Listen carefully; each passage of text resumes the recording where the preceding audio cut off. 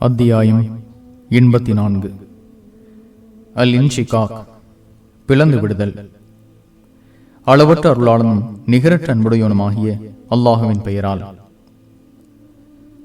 வானம் பிளந்து விடும்போது, கடமையாக்கப்பட்ட நிலையில் தனது இறைவனின் கட்டளைக்கு அது அடிபணியும் போது, பூமி நீட்டப்படும் போது, தன்னிடம் உள்ளதை வெளிப்படுத்தி அது வெறுமையாகிவிடும் போது, கடமையாக்கப்பட்ட நிலையில் தனது இறைவனின் கட்டளைக்கு அது அடிபணியும் போது, மனிதனே, உனது இறைவனை நோக்கி கடுமையாக முயற்சிக்கிறாய், எனவே அவனை சந்திப்பாய்.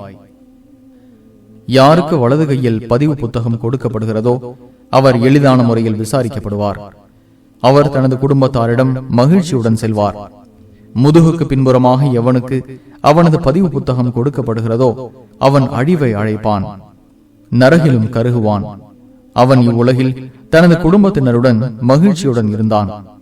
நான் இறைவனிடம் மீளவே மாட்டேன் என்று அவன் எண்ணினான். அவ்வாறில்லை, அவனது இறைவன் அவனை பார்ப்பவனாக இருந்தான்.